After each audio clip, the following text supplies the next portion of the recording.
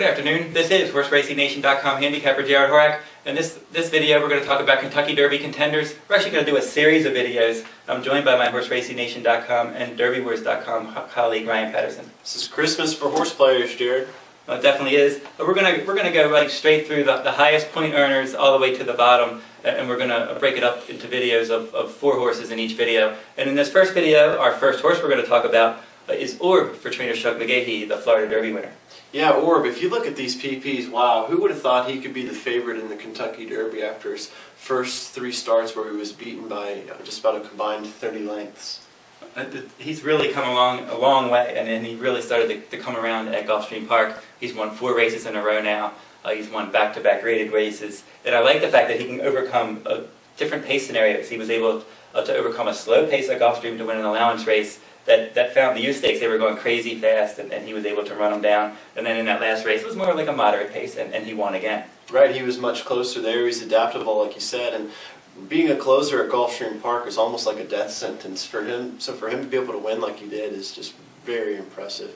And it's cool to see Chuck McGahee on the Derby trail. He's a very patient trainer. He doesn't particularly point to Derbies like Pletcher and Baffert. So he's in here, and he's got a horse that's bred for the distance, Malibu Moon, the sire, out of AP Indy, a Belmont Stakes winner. And he's out of an unbridled mare, and an unbridled was a Kentucky Derby winner. Right, and if you recall, Shook said that this horse wasn't really pushed on too hard for the Florida Derby, so he might have something in the tank at Churchill Downs. I think to say the least. I agree, and I think that he's still going to have to move forward a little bit from a speed figure perspective, but his last 2 numbers were much better than his previous numbers, so he does seem to be heading in the right direction. And speaking of speed figures, I'd like to take a quick second to thank Brisnet for providing us with Kentucky Derby contender past performances. I've always loved their product. I've used it for years, and they have good, accurate numbers. Right, so moving on, we're going to take a look at Verrazano, the Wood Memorial winner, undefeated son of More Than Ready. What have you got to say about him, Jared? He's undefeated for sure. He looked good. He looked outstanding in his first 2 starts, and then he was very solid in the Tampa Bay Derby. Right. In the last race, he wasn't as dynamic, but he still got the job done. But the pace scenario was completely different from his first few races, where the pace was pretty quick, and he was able to kind of run his rivals off their feet. And the last race, they were going 1:13 and change for the 6 furlongs, and he was able to sit close, and he was still able to outfinish the late runners. Yeah, I think he may have bounced a little bit off of his Tampa Bay Derby win, so for him to still come back and win the Wood Memorial is highly impressive. And I've joked around a little bit with you and called this horse Big Brown Jr., and I think that might be exactly what he is. And if you recall, when Big Brown won the Kentucky Derby, the rest of the crop just really wasn't much, and I'm not too impressed with anyone. And Verrazano may or may not be the real deal, but if he is, wow, look out. And he's going to sit a good trip, and you could have hit on something there about if the rest of the crop isn't good. That's been something that I've thought. I necessarily don't think that a horse that didn't have any starts as a 2-year-old can't win the Derby. I think it can be done, but I think circumstances have to be right. And if they're much better than everybody else, for sure, like Big Brown was. He wasn't unraced, but he was lightly raced. But a horse like one race at Saratoga over the turf, I believe. Yes, you're right. And a horse like Curlin, who wasn't able to get it done, he was an unraced 2-year-old, but the crop was stronger that year. Right, much stronger crop. And Verrazano, I'm going to look for Johnny V to give him a Bodemeister-style ride. Just throw down the gauntlet and say, catch me if you can. This horse has a very high cruising speed. It kind of reminds me a little bit of Quality Road in that way. And he can go out there and dole out quick fractions and keep on moving.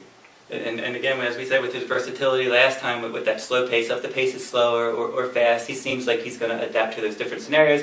It's just a question of, is he going to move forward off the Wood Memorial? He was so dynamic early. I think he's going to continue to improve, but maybe for the short term, maybe his improvement is ended, and he'll move forward again later. We'll have to see how it all plays out. Right, and so important for not only Verrazano, but every horse in the race is going to be post position. Does he break well? Does he have any sort of trouble? And I think Verrazano, more than some of these other horses, needs for things to go his way. He definitely does, and I think and another thing is workouts. We want to see how he's worked out. And I think he's going to have a workout tomorrow. The Pletcher horses are going to work tomorrow on Sunday, and we'll have to follow that. Right. Our next contender is going to be Goldencents. Now, I know you were high on this one before. Right, yeah, I've got a couple bucks on him at about 30 to 1 in the second future pool, so I wouldn't be too disappointed if he happened to wear the roses.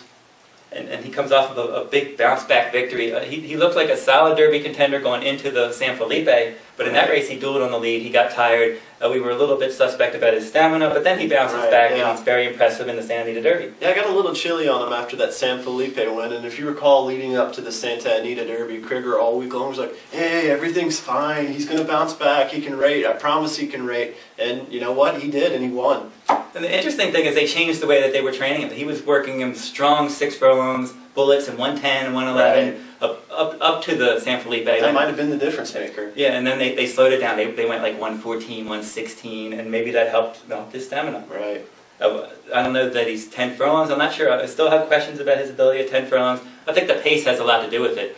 Maybe that Santa Anita track speed favoring carried him the 9 furlongs. Right. I think at Churchill, if the pace is a little more moderate, I think that will help his chances. Right, and that definitely could be a factor. This is a horse with a ton of talent, though, and I think just on that, he's going to be able to get the distance. And he could take some money. You have last year's Kentucky Derby winning trainer in there, and for Doug O'Neill, and you're going to have people that remember. Rick I'll have Pitino. another for sure. Exactly, Rick Pitino. Good story. And Kevin Krager, another one with that low-profile rider. So I think he's going to take money, and he's going to be at least a forward factor. Right, absolutely. But the final horse that we're going to talk about in this video is going to be Java's War for trainer Ken McPeak. He ran against Verrazano in the Tampa Bay Derby, finished second. Then he flattered that one by coming back and winning the Bluegrass. Yeah, Java's War likes to make a big move around the turn and come firing late, but unfortunately for him, he just seems like he's a little bit on the slow side. He's going to need for everything to go his way, and not only that, he's going to have to run the race of his life to win the Kentucky Derby. He definitely will, and these late horses where they just sit so far back, he really has no speed. He's going to sit